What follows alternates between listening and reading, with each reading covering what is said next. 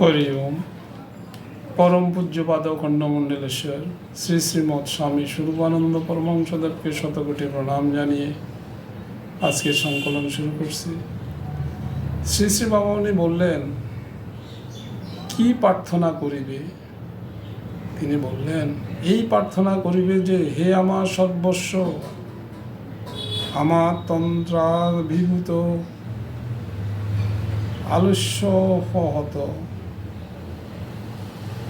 চিত্তকে কঠোর লাঞ্ছনা জাগাইয়া দাও, আমাকে তোমার আত্মত্বে প্রতিষ্ঠিত হতে দাও, আমাকে আত্মজয়ী এবং আত্মত্যাগী করো, আমাকে বুঝতে দাও তুমি আমি, তোমার বিচিত্র বিকাশ ক্ষেত্র এই জগৎ, আমার বিকাশের এই ভূমি, জগতের সকল আমার আপনার জন, আমি সকলের,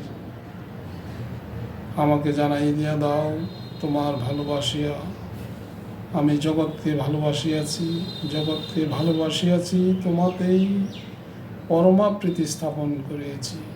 হরি ওম। ওম শান্তি, ওম শান্তি, ওম শান্তি।